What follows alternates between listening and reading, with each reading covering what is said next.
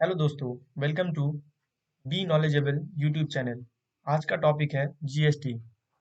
अक्सर जब हम कुछ खरीदने जाते हैं तो हमें जीएसटी देना होता है। जैसे इस लैपटॉप के लिए मैंने टोटल 4727 रुपीज़ जीएसटी के तौर पर पे किया था। तो चलिए जानते हैं जीएसटी होता क्या है। जीएसटी का फुल फॉर्म है गुड्स एंड सर्विसेज टैक्स।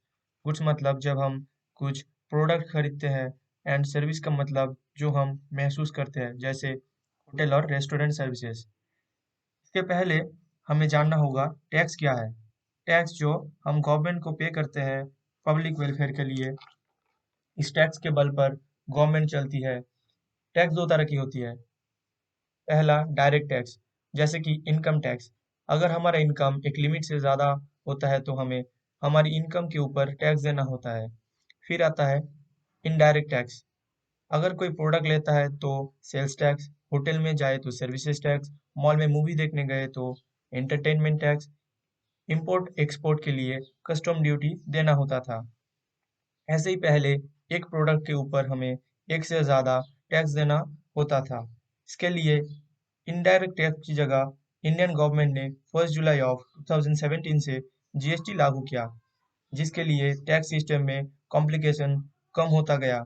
अब हमें एक प्रोडक्ट और सर्विस में एक ही टैक्स देना होता है, जो है जीएसटी। जीएसटी बेसिकली 4 टाइप्स की होती है: CGST, SGST, UTGST and IGST. CGST का मतलब सेंट्रल जीएसटी, कुछ प्रोडक्ट बाई और सेल के लिए जो जीएसटी हमें सेंट्रल गवर्नमेंट को देना होता है। सेकंड है एसजीएसटी। एसजीएसटी का मतलब स्टेट जीएसटी, जो जीएसटी हमें स्टेट गवर्नमेंट को पे करना होता है। फिर आता है यूटीजीएसटी। मान लो आप एक यूनियन टेरिटरी में रहते हैं तो आपको यूटीजीएसटी देना होगा। लास्ट में आता है आईजीएसटी और इंटीग्रेटेड जीएसटी। जब कोई प्रोडक्ट एक स्टेट पे मैन्युफैक्चर होकर दूसरे स्टेट पे बिकता है तो उसमें आईजीएसटी लगता है। अगर कोई प्रोडक्ट एक स्टेट पे मैन्युफैक्चर होकर उसी स्टेट पे बिकता है तो उसमें सीजीएसटी एंड एसजीएसटी लगता है। इसका मतलब कोई प्रोडक्ट जो 18% की कैटेगरी में आता है तो हमें सीजीएसटी एंड एसजीएसटी मिला के 18% देना होगा। लोगों में एक मिसकॉन्सेप्ट था कि सीजीएसटी एंड एसजीएसटी मिला के 18 प्लस 18 इक्वल टू 36% टैक्स देना होगा। जो यूनियन टेरिटरी में रहते हैं उसे सीजीएसटी एंड यूटीजीएसटी देना होता है। तो अब हम देखेंगे कि previous tax system and GST tax system में फ़र्क क्या है। मान लो कोई प्रोडक्ट की मैन्युफैक्चरिंग कॉस्ट है 100 रुपीज़, तो अगर 10% टैक्स लगा तो इसका प्राइस होगा 100 प्लस 10 110 रुपीज़। फिर रिटेलर उसमें अपना प्रॉफिट जोड़ेगा।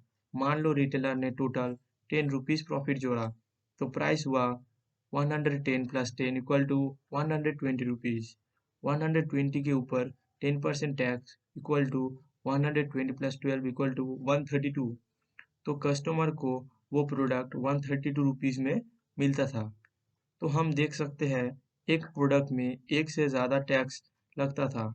अब जीएसटी आने के बाद जो टैक्स हम पहले दे चुके होते हैं वो फाइनल प्राइस से माइनस हो जाता है। इसका मतलब प्रोडक्ट का फाइनल प्राइस होगा 132 minus 10 equal to 122 rupees.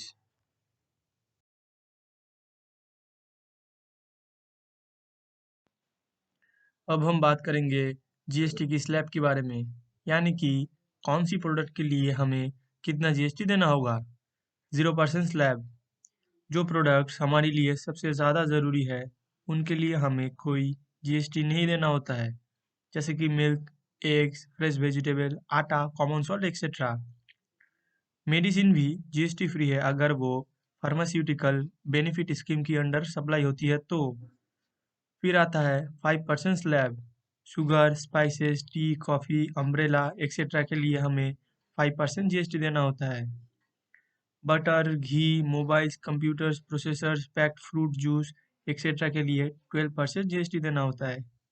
Hair oil, soap, toothpaste, tissues, ice cream, school bags etcetera के लिए हमें 18% जीएसटी देना होता है। जो चीज़ हमारी लग्जरी के लिए होता है उनके लिए हमें 28% जीएसटी देना होता है, जैसे car, air conditioners, cement, shampoo, 5 और 3 star hotel services, makeup etcetera. तो हम क्लियरली देख सकते हैं कि जो चीज़ हमारे लिए ज़्यादा ज़रूरी है उनमें कम जीएसटी एंड लग्जरी चीज़ के लिए ज़्यादा जीएसटी देना होता है। कुछ ऐसी भी चीज़ है जो जीएसटी सिस्टम से बाहर है, जैसे पेट्रोल, गैस, इलेक्ट्रिसिटी, अल्कोहल। इस वजह से इन चीज़ों का प्राइस अलग-अलग स्टेट पे अलग-अलग होती है। तो यही था आज का वीडियो।